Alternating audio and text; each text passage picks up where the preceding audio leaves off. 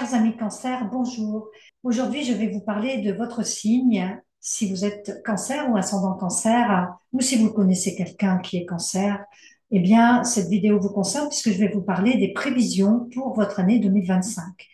Donc, il y aura de grands changements, comme avec tous les autres signes, puisque toutes les planètes lentes changent de signe en 2025. Et pour vous, en ce qui vous concerne en premier lieu, eh bien, c'est déjà la planète Pluton qui va sortir définitivement du signe Capricorne qui est en face du vôtre. Donc, vous avez été impacté comme le signe du Capricorne depuis 2008 par Pluton qui se trouvait dans le Capricorne et qui vous faisait face en miroir.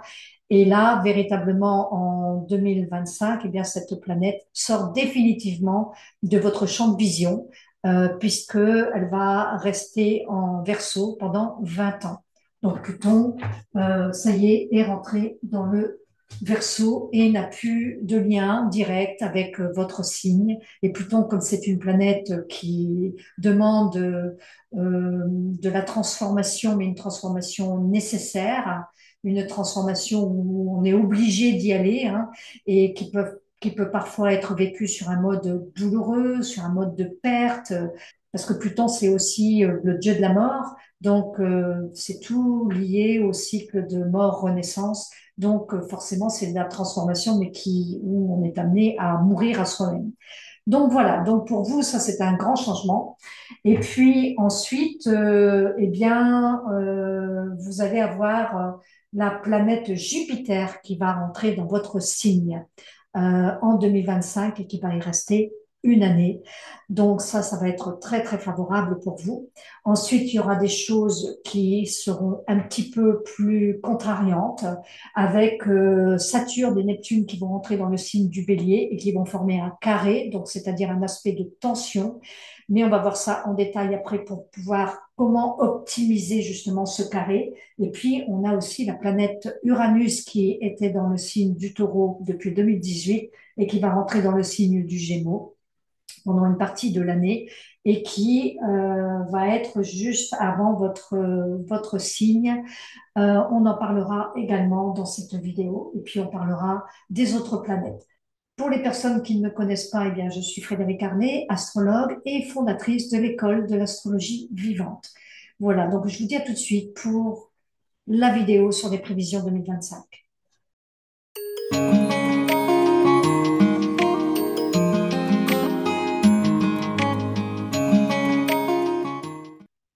Alors, comme je le disais, hein, Pluton est entré dans le signe du Verseau depuis le mois de novembre. Donc, au moment où je fais la vidéo, on est au mois d'octobre et Pluton n'est pas encore rentré dans le signe définitivement du Verseau puisque se trouve encore à 29 degrés de votre signe. Donc, vous êtes encore impacté en cette fin d'année 2024 par Pluton qui est dans votre signe.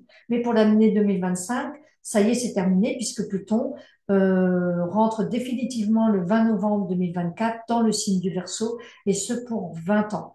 Donc, vous êtes sorti, je dirais, du champ de vision de Pluton, qui est une planète de transformation, qui est une planète qui peut parfois être vécue sur un mode assez douloureux, assez lourd, parce qu'on est obligé d'aller voir nos ombres, on est obligé d'aller dans nos profondeurs pour transformer des choses qui sont nécessaires, mais qu'on n'a pas forcément toujours envie. Donc voilà pour cette planète Pluton. Ensuite, je vais vous parler tout de suite de la planète Jupiter. Jupiter, actuellement, c'est pareil. Jupiter se trouve dans le signe du Gémeaux, dans le signe qui précède le vôtre. Voilà, donc le Cancer, c'est ici, hein. Donc le Gémeaux, pour l'instant, jusqu'au mois de juin 2025, se trouve dans le Gémeaux. Et ensuite, Jupiter va arriver dans votre signe le 9 juin 2025 et va y rester jusqu'au 30 juin 2026. Donc, ça va être vraiment très, très bénéfique pour vous. Alors, je vais parler déjà de Jupiter pour la première partie de l'année 2025 jusqu'au 9 juin. Jupiter se trouve ici dans le Gémeaux, c'est-à-dire dans votre secteur 12. Sachant que ici, c'est votre secteur 1 puisque c'est votre signe. Et puis, on va en suivant pour chaque signe, 9, vous voyez, voilà. Et donc ici, ben, le Gémeaux, c'est le secteur 12. Donc le secteur 12, souvent, c'est un moment de bilan. Un moment de bilan. Alors de bilan dans tous les domaines, c'est-à-dire ça peut être bilan de santé, bilan où on réfléchit sur ce qu'on a fait les années précédentes. En tout cas, c'est un moment où propice pour aller faire des retraites par exemple méditatives ou des retraites. C'est une période d'introspection en fait, où on est avec soi-même, où on a besoin, je dirais, de se replier un petit peu sur soi-même et d'être avec soi-même. Alors Jupiter, qui est une planète, c'est la planète la plus bénéfique du zodiaque, on l'appelle le grand bénéfique. Jupiter, c'est une planète qui amène des opportunités, des ouvertures, mais qui aussi, c'est un amplificateur, c'est-à-dire Jupiter, où elle se trouve, elle amplifie tout. Alors ici, dans le secteur 12, comme c'est un secteur où on a besoin de revenir à soi, je dirais, et c'est une période nécessaire pour revenir à soi, pour après démarrer un nouveau cycle ben, avec votre signe, en fait, eh bien, cette période, elle est amplifiée. C'est-à-dire que on peut, par exemple, ne pas avoir envie de sortir. On peut, bon, déjà que vous, en tant que signe cancer, on est très cocooné. On aime bien avoir le cocon. On aime bien se sentir en sécurité. On aime bien se sentir chouchouté. On a besoin de cette sécurité affective, de cette sécurité intérieure. Donc Jupiter ici, pour l'instant, dans votre secteur 12, il est en train de préparer le terrain pour le nouveau cycle qui se prépare à partir du 9 juin 2026. Donc, pendant toute la période de ce premier semestre, finalement de janvier à juin, j'ai envie de vous dire, pour optimiser cette période, eh bien, c'est vraiment d'accepter que cette période, ce soit une période de bilan, une période d'introspection, peut-être aussi de faire des bilans de santé, de vous occuper de votre santé. S'il y a des épreuves dans la vie, ben de se dire que vous êtes protégé, parce que Jupiter protège également, c'est le grand protecteur. Donc, dans ce secteur 12 où il peut y avoir, par exemple, euh, voilà, où on peut se sentir un peu cloisonné, où on peut se sentir un peu enfermé dans des choses que l'on aimerait faire et que l'on ne peut pas faire parce qu'on se sent un peu enfermé. Ben, c'est un petit peu d'accepter cette période où de pas le vivre comme un enfermement ou comme une espèce de cloisonnement, mais plutôt de se dire, ben, c'est une période où j'ai besoin aussi de me ressourcer. J'ai besoin de m'occuper de moi. Parce que, en tant que cancer, vous avez besoin de vous occuper de vous. Vous avez besoin de vous occuper de vos proches, de prendre soin de vos proches, parce que ça, c'est dans votre nature. Mais quelquefois, dans votre signe, hein, dans votre énergie, vous oubliez de vous occuper de vous. Donc, vous occupez des autres, mais moins de vous. Donc là, c'est vraiment une période jusqu'au mois de juin, aller de s'occuper de soi, de s'occuper de soi. Voilà.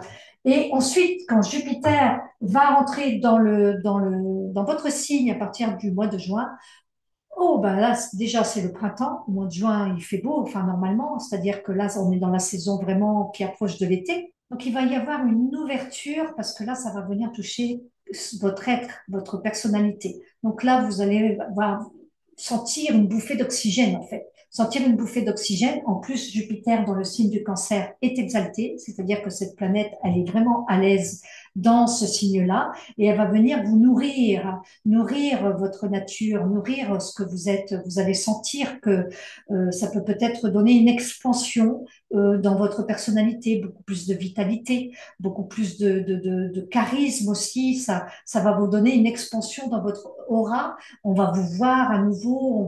Ça va être une période faste en fait, une période où vous allez pouvoir vraiment comment dire, ben, prendre soin à nouveau de vos proches.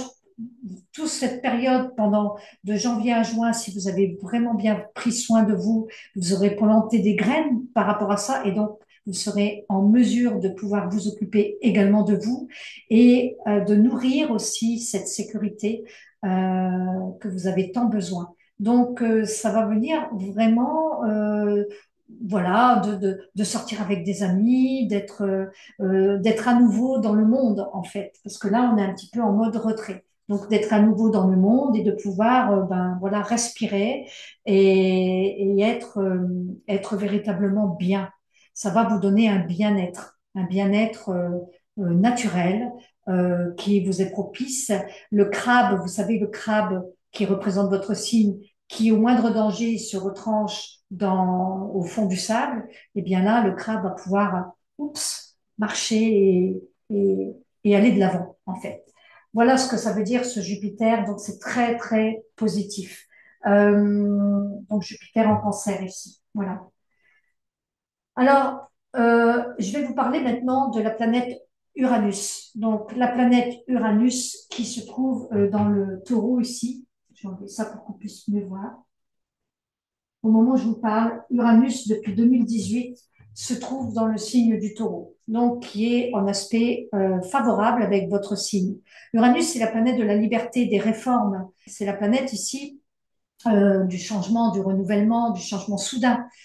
Et vous avez pu avoir pendant toutes ces années, depuis 2018, voilà, des projets en fait. Des projets, des réformes dans vos projets, parce que ça touche le secteur 11. Et le secteur 11, c'est les projets collectifs que l'on a à long terme, mais ça peut être aussi les amis, la fraternité. Donc ça peut être, ben voilà, de revoir des amis que vous n'aviez pas vus depuis longtemps, ou d'avoir d'autres amis et des amis sur lesquels, des amis un petit peu originaux en fait.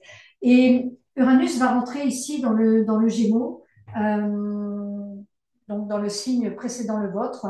Donc Uranus va rentrer dans le Gémeaux du 7 juillet au 8 novembre. Il va faire une petite incursion, puis il va repasser dans le Taureau et il va revenir s'installer définitivement en 2026, le 26 avril 2025, 2026, pardon. Donc ici, Uranus va rentrer dans le Gémeaux, voilà, au mois de juillet 2025, pendant quelques mois, puisque ce sera jusqu'au 8 novembre. Il est en train de se préparer pour arriver définitivement dans le signe du Gémeaux en 2026, et cette période, elle va durer 7 années. Donc Uranus va rentrer dans votre secteur 12. Uranus dans votre secteur 12. Le secteur 12, c'est, vous allez pouvoir être occupé pendant 7 années avec Uranus dans votre secteur 12. C'est-à-dire, c'est une fin de cycle dans votre cycle d'Uranus, en fait. Uranus qui prévoit des réformes, du changement soudain. C'est une planète pour gagner en liberté, pour gagner en autonomie aussi. Uranus dans ce secteur 12, eh bien, il va falloir faire attention à votre santé, prendre soin de vous encore plus. Euh, Jupiter, en fait, pendant un an, était dans votre secteur 12, où là, je viens d'expliquer ce que c'était. C'est qui préparait le terrain de la planète Uranus qui va arriver dans votre secteur 12. Donc, c'est vraiment très, très important pour vous de commencer à prendre soin de vous et de continuer à prendre soin de vous parce que cette planète Uranus qui va arriver dans ce secteur 12 va vous dire, prends soin de toi. Donc, prends soin de toi, c'est-à-dire, ben voilà, je suis vigilante avec ma santé parce que ça peut créer des problèmes de santé dans le secteur 12. Alors après, deux poids, deux mesures, c'est-à-dire, il faut vraiment regarder dans votre thème astrologique, dans votre thème personnalisé, pour avoir plus de détails. Bien sûr, là, je reste d'une manière générale puisque je me base sur votre soleil. Donc, ça reste d'une manière très, très générale, mais bien sûr, tous les cancers ne vont pas avoir des problèmes de santé. Mais ce cycle uranien qui va durer 7 ans, de toute façon, ça veut dire vraiment prendre soin de soi. Et ça veut dire aussi, dans ce secteur 12, que on est un peu isolé. On peut se sentir un peu seul ou un peu isolé ou un peu exclu. Donc, du coup, ça peut donner de l'isolement par rapport par rapport à votre situation, je dirais, de vie. Donc, il peut se passer des événements qui font que vous vous sentez plus isolé dans cette période de Uranus dans le secteur 12. Mais le fait de ce secteur 12 qui est une maison d'épreuve, de karma, de santé, mais c'est aussi une maison très spirituelle. C'est-à-dire que lorsque l'on a compris le karma que l'on a dans notre thème, lorsque l'on a compris qu'il fallait prendre soin de soi, que l'on a compris que c'était une période de bilan, d'introspection, tout ça, eh bien, après, on peut s'ouvrir à une autre dimension, qui est la dimension du secteur 12, qui est reliée au signe du poisson, puisque le poisson, c'est le 12e signe, et qui est relié à lui-même à Neptune. Neptune, la planète, eh bien, mystique, la planète spirituelle. Donc, dans ce 12e secteur, c'est une zone aussi un secteur qui vient nous parler de la spiritualité. Et donc, Uranus ici, rentrant dans ce secteur 12 pour cette année, eh bien, ça va venir rénover, transformer. Et si on sent qu'on est beaucoup plus seul, on se sent plus seul ou plus isolé par rapport à notre situation de vie qu'on avait connue jusqu'à présent, eh bien, c'est pour aussi que vous puissiez faire ce travail d'introspection et aller chercher en vous, parce que c'est un secteur où on est vraiment avec soi-même dans la 12, et aller chercher en vous toutes les ressources nécessaires pour se connecter à quelque chose de plus grand que vous, donc pour se connecter à votre être spirituel. En fait, c'est ça que ça veut dire. Uranus en maison 12, ça vient donner un réveil. En tout cas, ça va venir frapper à votre porte, ça va venir vous réveiller pour que vous puissiez connecter à quelque chose de plus grand, à connecter à votre être spirituel et commencer à peut-être vous ouvrir à une certaine forme de spiritualité ou quelque chose dans ce genre, en tout cas. Et si vous ne le faites pas, parce que voilà, c'est une proposition, eh bien, ça peut rentrer dans des somatisations, somatiser, parce que Uranus va forcément vous amener des choses à chaque fois pour vous réveiller et peut vous donner, peut vous amener contre un mur, en fait. Que ce soit au niveau de la santé, au niveau des amis, au niveau des relations que vous avez, au niveau du travail, à tout niveau. Donc, en fait, c'est vraiment une période qui va durer quand même tout un temps. Mais pour 2025, c'est une période qui arrive pendant quelques mois et vous allez revenir dans l'autre secteur et puis ensuite qui va vraiment s'installer en 2026. Donc, c'est vraiment une excellente période pour votre vie spirituelle. Alors ensuite, je vais vous parler aussi de la planète Neptune. Neptune, qui se trouve dans le poisson. Au moment où je vous parle, Neptune se trouve tout à la fin du poisson, au 29e degré.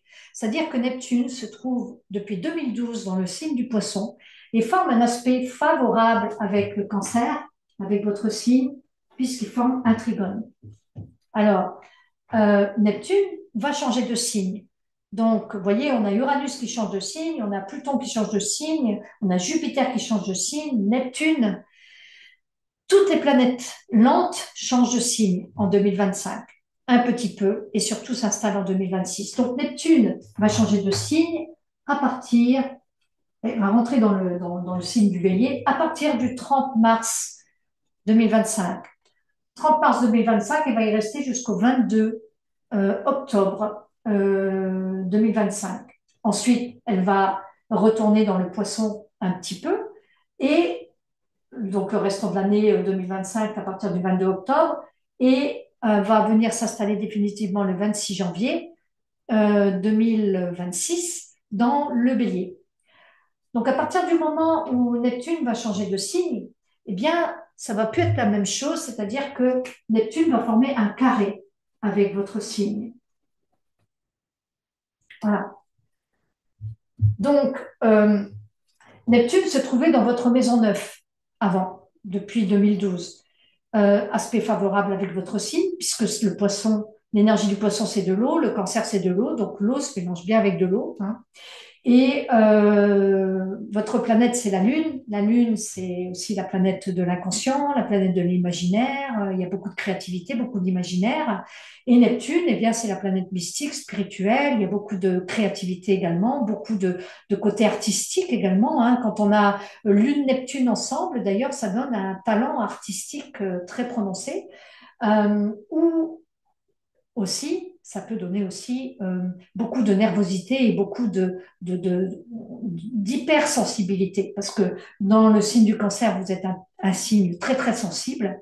Et dans le poisson, l'énergie du poisson, c'est aussi de l'hypersensibilité. Donc, ça donne quelque chose à fleur de peau, en fait, aussi. Mais là, c'est en bon aspect. Donc Neptune vient soutenir votre signe et la Lune qui est votre planète, eh bien, soutient quelque part Neptune également. Donc ces deux planètes se rencontrant, ben voilà, ça donne de l'inspiration, de la réceptivité, de l'imagination, de la créativité, etc., etc. Tout ce qui est en relation avec la sensibilité, l'intuition, les perceptions, etc. Neptune, quand il va rentrer dans le bélier, déjà Neptune, dans toute une vie, n'est jamais rentré dans le bélier ici, puisque Neptune fait le tour du zodiaque en 170, 180 ans environ. En fait, 14 fois 12, ouais, c'est ça. Donc, j'ai eu un doute. Alors, donc, Neptune, dans le bélier, c'est vraiment le commencement d'un tout nouveau cycle pour tout le monde, Neptune dans le bélier. Pour vous, ça va être dans le secteur 10, donc le secteur de votre statut social, la carrière professionnelle. Ça forme un aspect de tension. Donc Neptune qui arrive dans ce secteur peut apporter de la confusion ou quelque chose d'assez trouble par rapport à votre travail, à votre vie professionnelle, où vous pourriez avoir comme un sentiment alors c'est un aspect de tension qui vous demande de regarder, où on est obligé de regarder ça. Mais Neptune, par exemple, si vous êtes un artiste, parce que Neptune, c'est la planète aussi de l'artiste, eh bien, il arrive dans le secteur professionnel ici, eh ben, ça peut vous donner de l'inspiration, évidemment, beaucoup d'inspiration, mais ça peut vous donner aussi un trouble ou un flou par rapport mais est-ce que c'est bien ma voix? Est-ce que c'est bien ma voix, le travail que je suis en train de faire en ce moment, ou depuis tout un temps? Est-ce que mes idéaux sont réalisés? Est-ce que mes ambitions sont réalisées? C'est ça que va venir vous demander Neptune, là. Neptune qui est une planète qui est reliée aux idéaux et le secteur 10 qui est relié aux ambitions. Donc, ben, c'est est-ce que j'ai réalisé mes idéaux? Est-ce que j'ai réalisé mes aspirations? Et là, ça peut venir vous donner quelque chose ben voilà, une réflexion par rapport à ça, mais une réflexion où vous pourriez tourner un peu en rond. C'est-à-dire, ben, ma foi, j'ai pas forcément réalisé mes idéaux, mais maintenant, comment est-ce que je peux faire? Donc, en fait, le conseil, c'est que déjà, cette planète Neptune, elle va rentrer donc le 30 mars. Donc, ça veut dire que vous avez depuis maintenant jusqu'au 30 mars pour vous dire, ben, est-ce que j'ai réalisé mes idéaux? Et si c'est non, ben, comment est-ce que je fais pour les réaliser?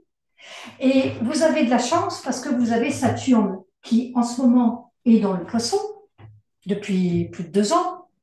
Et Saturne apporte de la structure, apporte de la clarté, apporte un principe de réalité. C'est une planète qui nous met dans le concret, dans le réel, alors que Neptune nous met dans les nuages, dans l'inspiration, etc.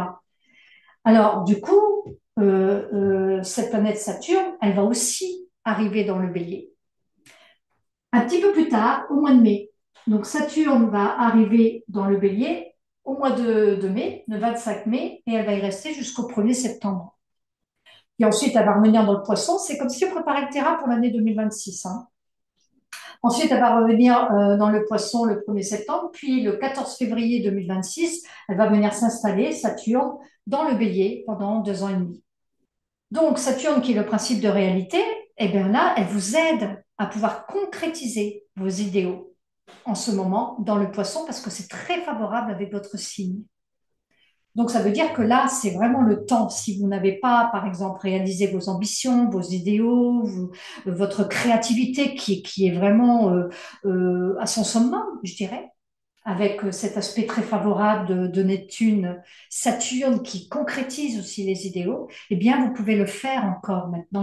Vous avez jusqu'au 30 mars. Après, Neptune va rentrer dans le bélier, va vous montrer un petit test pour vous dire ben, comment maintenant est-ce que je me perçois dans les idéaux que j'ai fait ou que j'ai pas fait. Est-ce que je suis contente? Est-ce que je suis pas contente? Est-ce que je suis perdue? Pas perdue? Est-ce que c'est flou? Est-ce que les contours sont pas bien définis avec Neptune, hein? Ok. Donc, si c'est fait, ben, tant mieux, parce que là, ben, en maison 10, Neptune apporte toute même si c'est en tension avec votre signe, c'est un rendez-vous qui vous dit, mais je suis obligée de regarder. Je suis obligée de regarder pour ben, justement continuer de mettre en place mes idéaux dans l'énergie du feu du bélier, avec un nouveau départ, étincelle de vie, le bélier. Donc là, c'est vraiment, dans ce secteur 10, mon statut social, je peux, euh, ça amène beaucoup d'inspiration dans ce domaine-là, dans ce secteur-là. Et si c'est pas fait, eh bien, vous allez avoir une perte de repère, vous allez vous sentir perdu, vous sentir confus, vous allez peut-être vous sentir déconnecté par rapport au travail que vous faites actuellement, etc., etc. Donc, ensuite, Saturne va arriver dans le bélier et les idéaux, ben voilà, Saturne dans le bélier, à un moment donné, Saturne-Neptune se rencontrent. Alors, ce sont deux énergies qui sont vraiment opposées, hein, c'est-à-dire que Neptune, on n'est pas dans le concret du tout, Saturne, on est dans le concret. Mais ces deux énergies ensemble, pour moi, c'est vraiment pas défavorable dans le sens où ça, bien sûr, ça peut amener des frustrations, mais dans le bon côté de Saturne et Neptune ensemble, c'est vraiment la concrétisation des rêves. Et pour vous, votre part de rêve est très, très importante parce que la Lune, c'est aussi ben, à quoi je rêve. Donc, je dirais que si le travail n'est pas fait ici jusqu'au mois de mars, ici, ça va vraiment venir vous remettre en question. Et puis ensuite, ces deux planètes vont revenir dans le poisson. Donc là, vous allez à nouveau pouvoir avoir un petit break, je dirais, bon, pas très long, hein, puisque du 22 octobre ici, 1er novembre, 1er septembre, donc du 1er septembre au 14 février et du 22 octobre au 26 janvier.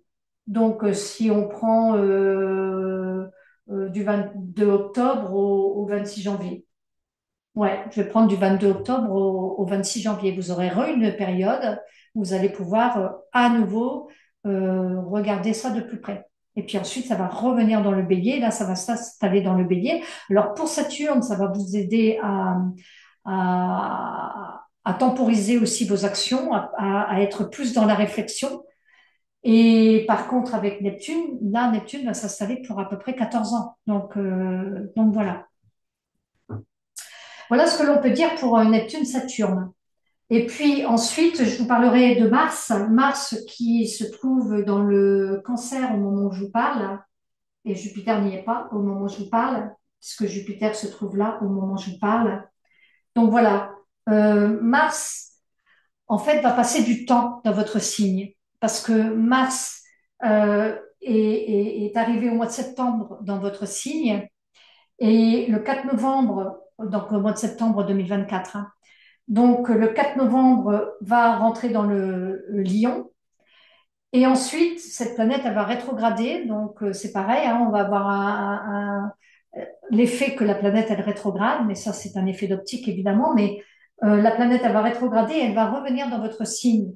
Elle va revenir dans votre signe le 6 janvier 2025. Donc là, on est en plein dans Mars en Cancer. Le 4 novembre, Mars rentre dans le Lion ici. Mais le 6 janvier, Mars revient dans le Cancer. Et ce, jusqu'au 18 avril. Donc, du mois de janvier à mi-avril, Mars sera à nouveau dans le Cancer. Donc, janvier, février, mars, avril, quand même, presque 4 mois, 3 mois et demi. Alors, Mars, il est dans votre secteur 1, il est dans votre signe, donc ça touche votre être.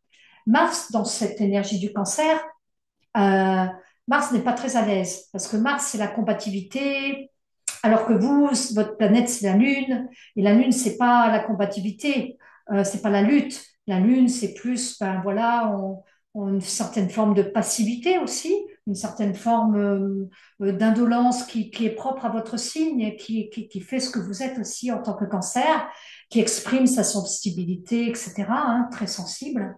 Et Mars ici, ben, vient donner peut-être un accroissement de cette sensibilité, mais surtout vient donner un côté battant, côté. Alors évidemment, Mars dans l'eau est un peu dilué ici dans le principe d'action, mais c'est comme si ici vous vous battez un petit peu. Alors je dirais pas contre vents et marées, mais ça peut être ça. C'est-à-dire que Mars dans l'eau, ça peut être je combats comme une épée dans l'eau. Voilà, comme si vous aviez une épée, que vous donniez des coups d'épée dans l'eau. Ce qui veut dire que vous pourriez agir beaucoup, mais que vous ne voyez pas les résultats avec Mars dans votre signe.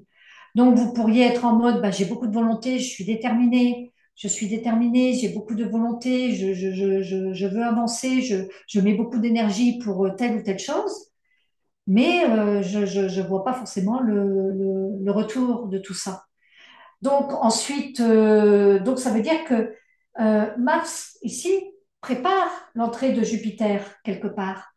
Euh, Quelque part, Mars, c'est aussi la planète du lâcher-prise. Donc, j'ai envie de vous dire, eh bien, pour optimiser ce Mars qui est dans votre signe cancer, c'est que oui, vous pouvez mettre de l'énergie pour arranger les choses, parce que ici, dans le cancer, on est beaucoup avec, c'est la famille, le clan familial, c'est la cellule familiale qui prime.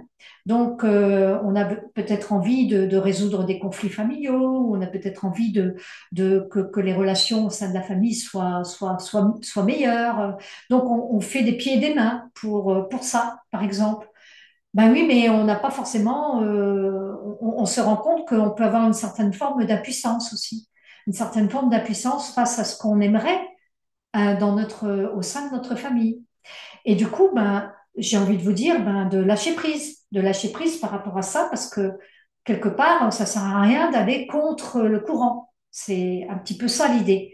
Donc, du coup, ça permet aussi de prendre du recul, si vous pouvez prendre du recul en disant, ben oui, ok, je peux mettre un peu d'énergie, mais voilà, je sais aussi que ça va peut-être pas réussir. Et puis, ben, si ça réussit pas, ben, c'est pas grave.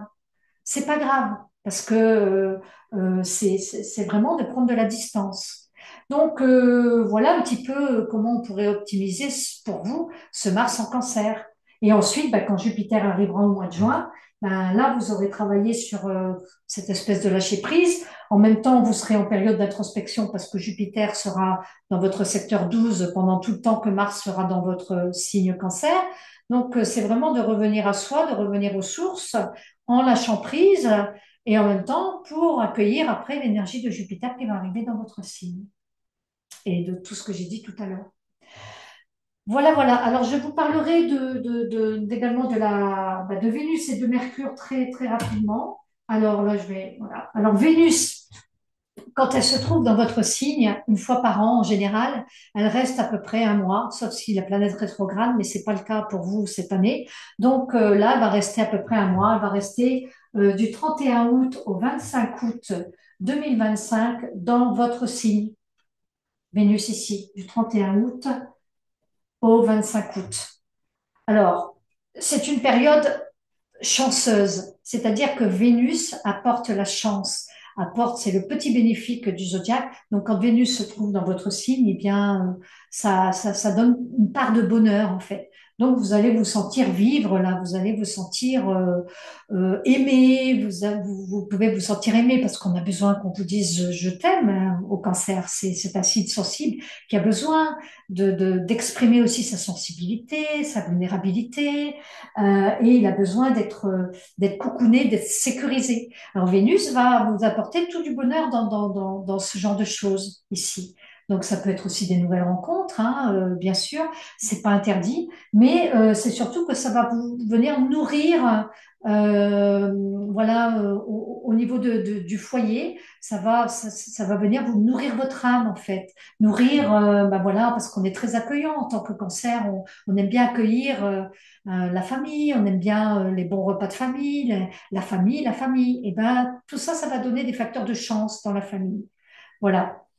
Donc, en fait, toutes les petites graines que vous aurez plantées peut-être avec Mars en cancer pendant du mois de janvier au mois d'avril pour peut-être résoudre des conflits familiaux ou pacifier des relations au sein de votre famille ou pour que les choses aillent mieux, que ce soit plus harmonieuse au sein de la famille, eh bien ici, vous pourriez en récolter les fruits.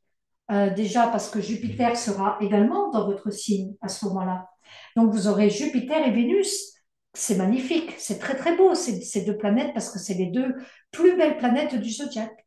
Jupiter, un an, donc là vous pourriez récolter les fruits de ce que vous avez planté avec Mars quand vous avez mis en place des actions. Et Vénus qui apporte de la chance encore en plus. Donc Jupiter la chance, Vénus la chance, ça fait chance plus chance. Donc c'est vraiment très très beau comme aspect là du 31 août au 25. Alors je me suis trompée, hein, 31 juillet, pardon. autant pour moi. Oui, parce que là, ça va pas. Donc, 31 juillet au 25 août. OK, voilà. Là, c'est mieux, hein. C'est quand même beaucoup mieux. Voilà ce que l'on peut dire de Vénus. Donc, prenez bien date de ça. Et puis, je terminerai avec les rétrogradations de Mercure. Mercure, c'est une planète qui rétrograde 3 fois dans l'année. Donc, la première, là, pour cette année 2025, cette planète va rétrograder dans les signes de feu. Alors donc, Mercure va rétrograder du 15 mars au 7 avril dans le Bélier, ici, donc la première fois. Bélier, poisson, poisson, bélier, en fait, un cheval. Donc, ça va être dans votre secteur 9-10, donc au niveau de votre vie professionnelle et de vos, voilà, ou des apprentissages ou des formations que vous êtes en train de faire ou des études que vous êtes en train de faire, ça, voilà. Donc, Mercure rétrograde, ça veut dire qu'il y a des retards, des contretemps, des petits bugs, des choses enquiquinantes en fait. Mais c'est pas grave, ça veut pas dire qu'il faut rien faire, hein. Souvent, j'ai des personnes qui me disent, mais alors du coup, j'attends, mais non, on n'attend pas avec un Mercure rétrograde. On est juste conscient que ça peut être un peu contrarié et c'est pas tout le temps le cas non plus.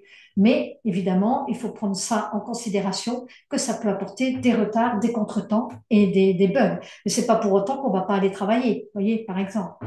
Donc ici, Mercure rétrograde, deuxième période, ça va être au mois de juillet, août. Donc du 18 juillet au 11 août, on va avoir Mercure rétrograde ici, dans le Lion. Et donc, ça va être dans votre secteur 2.